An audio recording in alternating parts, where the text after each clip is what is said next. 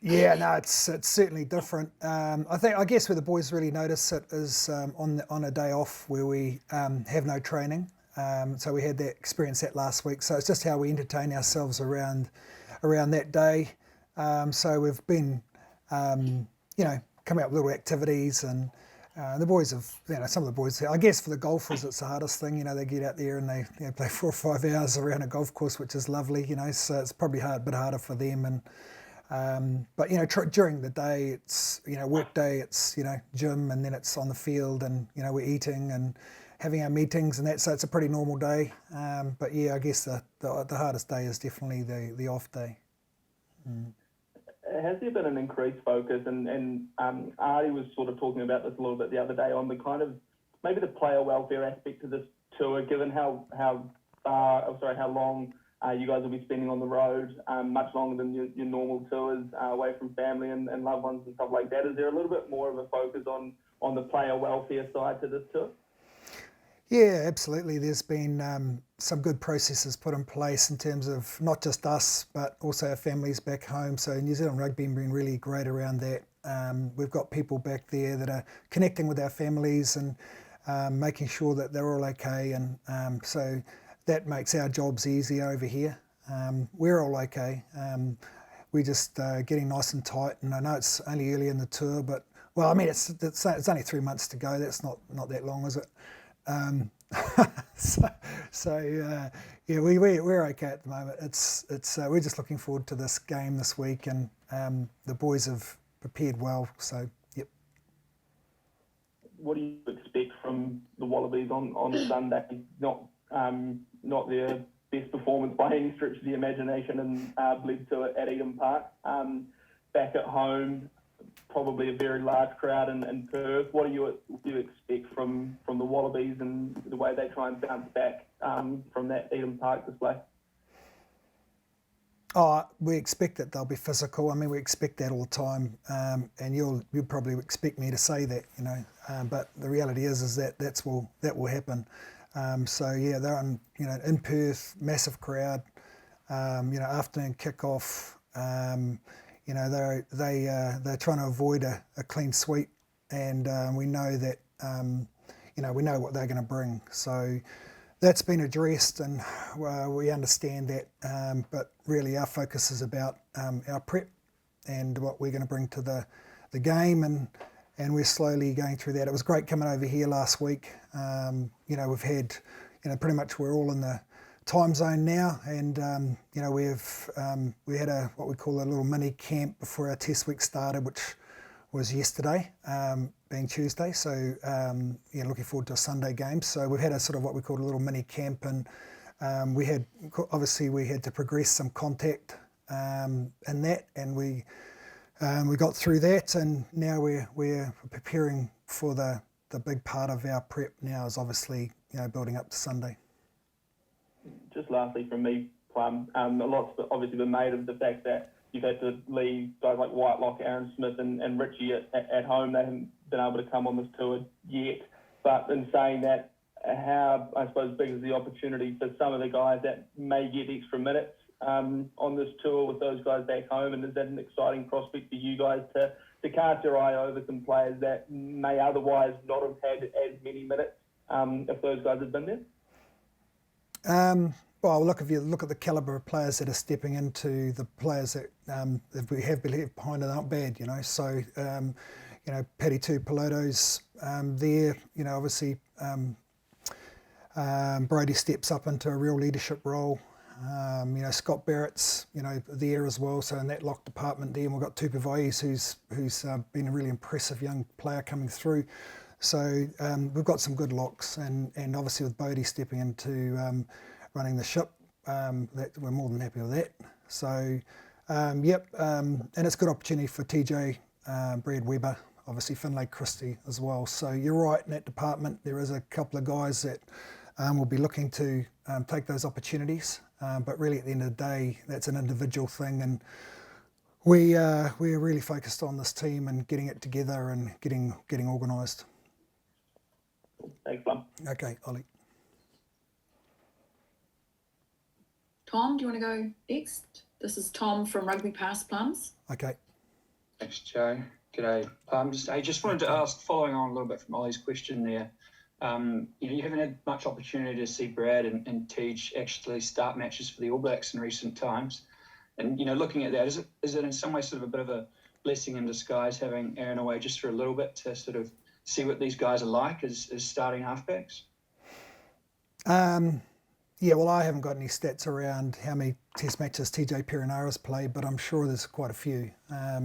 So, we've got a very experienced halfback there, leader, and he'll be looking to, establish a position really, as while Aaron's away, it's an opportunity for both those boys to really step up and own their position, and both of them will get an opportunity to do that. So we're not sure where, if Aaron's going to be able to join us. So those three halfbacks know that, so they're going to work real hard to get the number one spot. So it's a good opportunity for them. They're all good, really good players in their own right. Slightly different maybe to Aaron, but they'll bring their best to the party, I'm sure. And just following on from that is, the fact that obviously TJ's, in some ways a new addition to the squad since the start of the year, does that play into selection decisions at all, or is it very much they're all sort of on equal footing going into this kind of competition? Yeah, well, TJ's been a big part of this team for a long period of time. The fact that he went to Japan and then came in a little bit late is, that's reality. But at the end of the day, he's just slipped back in seamlessly, like he's never left. And I know he missed the Steinlag series, but you wouldn't think that if you saw him running around the park. Awesome. And just quickly on Tupou Vai, who you obviously talked about. How do you manage a sort of a guy like that who hasn't yet had the opportunity to play this year, but obviously has spent a lot of time, play for the All Blacks, but spent a lot of time training with you guys and sort of preparing? How do you sort of ensure that there is a light at the end of the tunnel for him? Yeah, well, we've only got 4 locks on this trip, and it takes 1 lock to go down, and then bang, he's in. If you look at seniority, the other 3 ahead of them, yes, but Toops was, like you said, he's been with us through the Steinlager series. He was training with us the whole time. We were leaking him back to play for Taranaki, which was great for him, to getting some game time. And he looks fit and strong, and we're really excited about him and his what he can bring to the All Blacks. He's probably one of the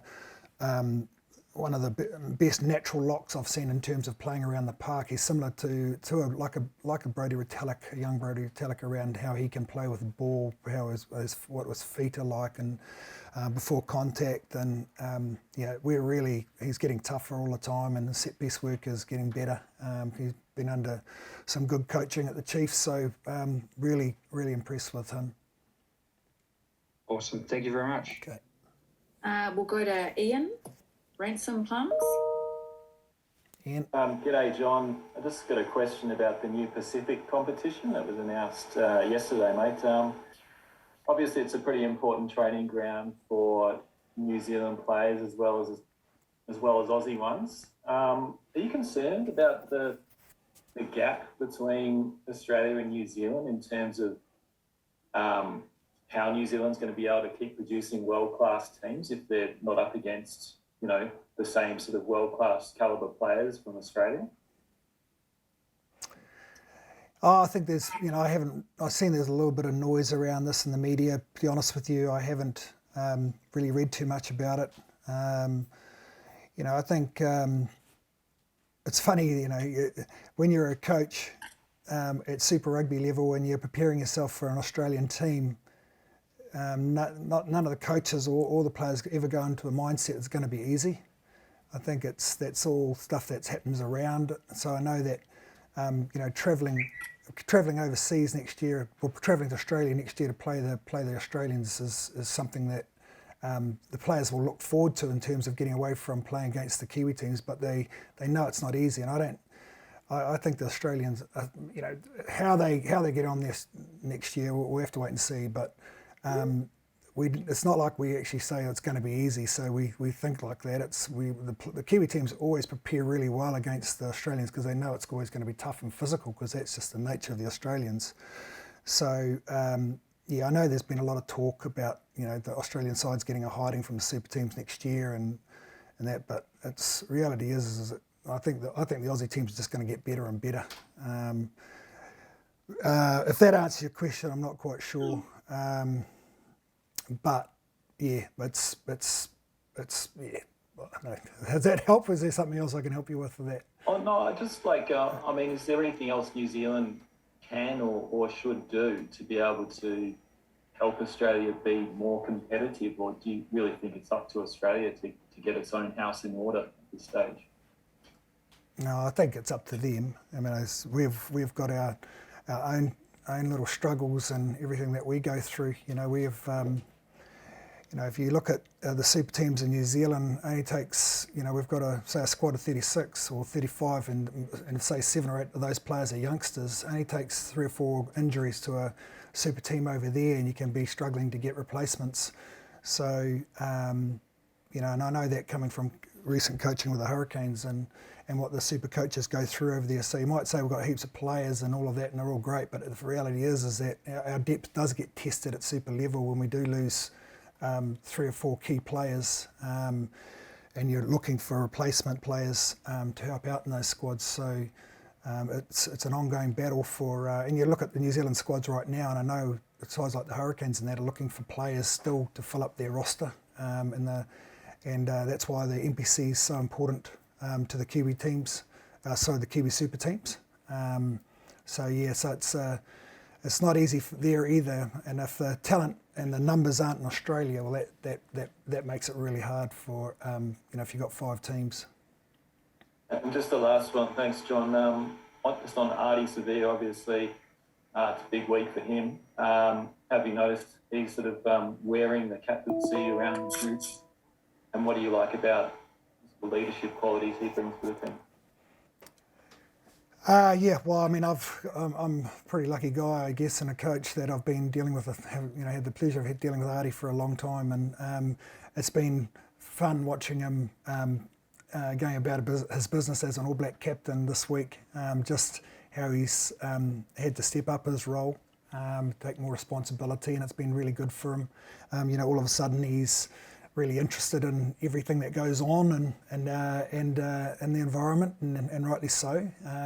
But also he hasn't changed. He's relying on the other leaders in the team to go about their business and help him out and support him. And he's doing it the Artie Sevilla way, which is what we expected. And he's just, I think he's just staying calm.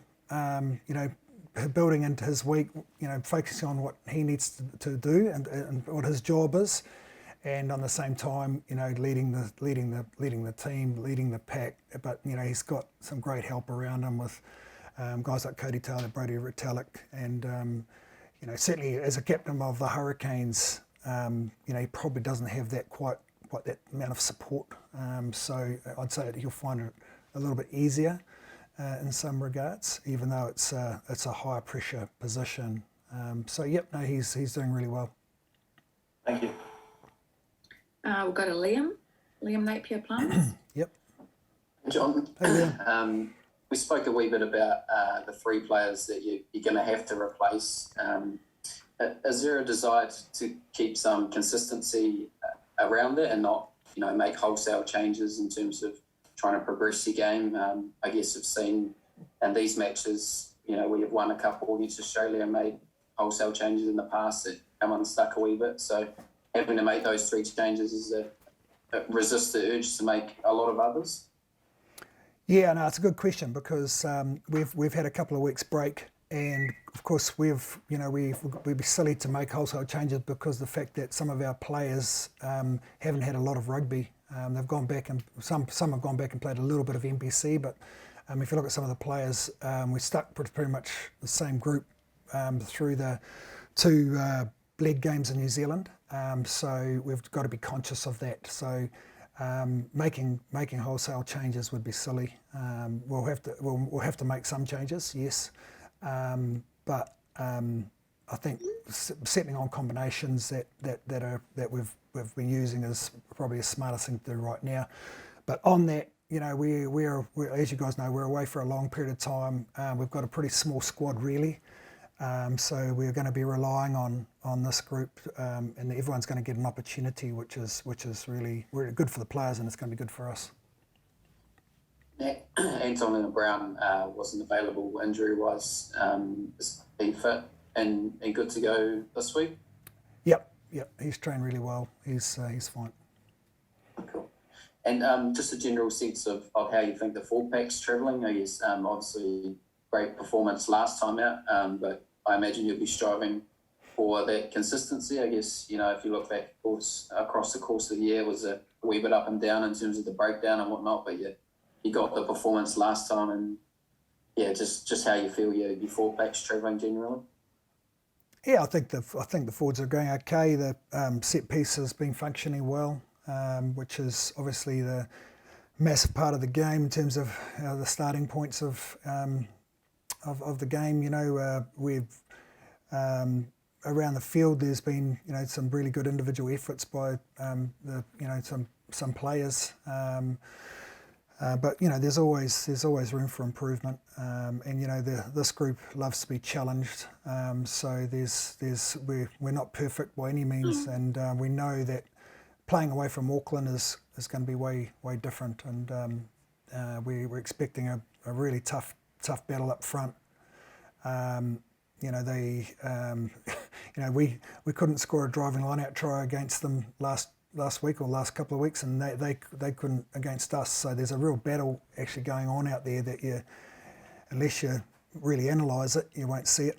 But you know, the forwards are really having a good crack at each other up front, and sometimes we win a battle and sometimes they do. So expecting pretty much the same thing on Sunday. Thank you. We'll go to Alex next. Hey Plum, obviously there's been a lot of focus this week on, in the past week and a half, on Beauden Barrett coming into number 10 jersey potentially this week. I know you mentioned that you don't want to make it'd be silly of you guys to make wholesale changes for this match, but with Beauden coming in at 10, does that open up the chance for perhaps Geordie to come in at fullback, given their sort of chemistry as brothers and whatnot? Oh, certainly is an option. Damien McKenzie's played pretty well, we feel, but you know, Geordie's sitting there on the fringes, and we know what Geordie can bring to a test match like this. We've certainly talked about him as selectors, but you know, obviously you're going to have to wait and see what we do. But yep, he's good to go and looking really good and really keen, as Geordie is. You know, just dying for an opportunity, and you'll just wait and see if he gets it. And just on that fullback position, you've obviously used Will Jordan quite a lot on the wing so far this year. I mean, it's exclusively played for you guys. Has he been considered at all as a fullback option? I mean, he's obviously played there quite a bit for the Crusaders, but does that come into consideration at all for you guys, or come into consideration for the next few weeks potentially? Yeah, look, I mean, again, you know, a really good player that can cover the back three comfortably.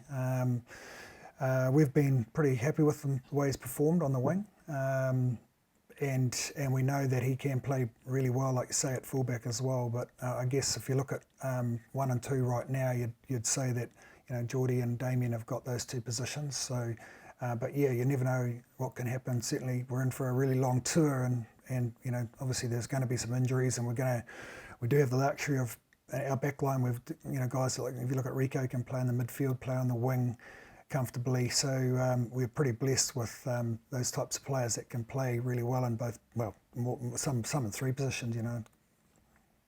Yep. Thank you, mate. Okay. Cool. We'll go back to Tom and then Clay. You've got a last question. Thanks, Joe. Sorry, Joe, I just wanted to ask, feel free to say I'm wrong if this isn't the case, but from the outside looking in, it appears that sort of over the last year or so, there have been some structural changes made to the sort of how the All Blacks set up attacks and things like that, in terms of, you know, the way the forwards are positioned, and sort of making it so, I guess, Richie Mo'unga, when he's playing at 10, can sort of pick and choose his moments a bit more. With Beauden coming in at 10, does that mean you sort of change that structure again, or do you try and sort of have him play to the structure that you've sort of worked with over the last year and a half? I know Bodie will come in and just slot into the structures that the attack coaches want. It's he's a good enough player to understand what the structure is. He presents our structure, in our attack meetings. He drives the ship, and it's just up to him to hit whatever option he wants to hit, and up to the players around to give him those options. So no, I think you won't. You'll see Bodie want to run the ship really well, and I guess the balance between how much we run and how much we kick and are all is really up to him. So we're really looking forward to see Bodie get back in and and drive our ship for want of a better word. Cool. Okay, Okay. thank you. We're sorry, Tom, to cut you off. We just got last two. One last one from Clay, and then Ollie's got one last one, and then we have to jump off. Oh, g'day, John. I just wanted to touch on something you spoke about earlier about the processes that have been put in place with the families for you guys. I guess, can you explain some more detail around that at all, and I guess how it helps sort of give you guys peace of mind over there, especially the ones, I guess, with young families back at home? Look, I mean, it's just all based around support, really, and it's just making sure that the families feel like they are supported. I mean, it's tough being away from our families, and I don't want to talk about it too much, because at the end of the day, like there's a lot of people suffering through COVID. With this, if you look at the Australians, they've been away for a lot longer than us.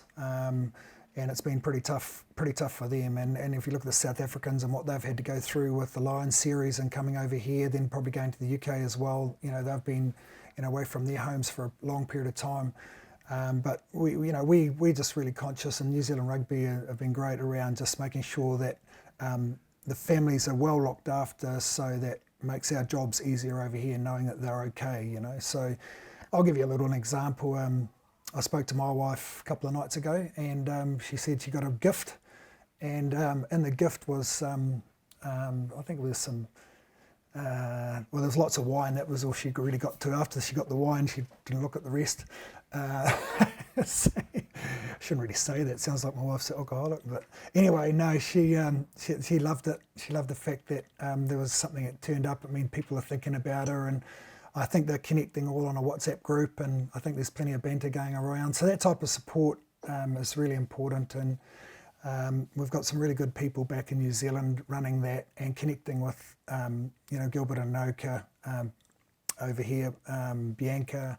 So making sure that we're hearing about that all the time, which is important now. But when if we're talking about this in November, it's going to be even more important for us to make sure that they are looked after, because we are away for a long period of time. It is really unique for the All Blacks to be away for this period, and it's unique, obviously, for every individual. I mean, I've been around the game for a long period of time, and even I was like, sort of when the plane left the airport in Auckland, I was thinking, wow, we're not allowed back, and that's like a real weird feeling, we are allowed back, but we just have to wait. And so it is. So we have to get all over those types of emotions, and so we can do our jobs properly. So just our families being looked after is a really massive part of it. Okay, we just have to very quickly. Ollie, do you just want to do one quick one? Yeah, sorry. I just wondering if you could provide an update on how George Bridge is tracking with his injury and what his kind of return to play time frame might be. Yeah, no, George is available now. And he's looking really good at training. He's looking really sharp, and we're seeing old George Bridge back, and we're gonna we'll definitely see him out on the park pretty soon.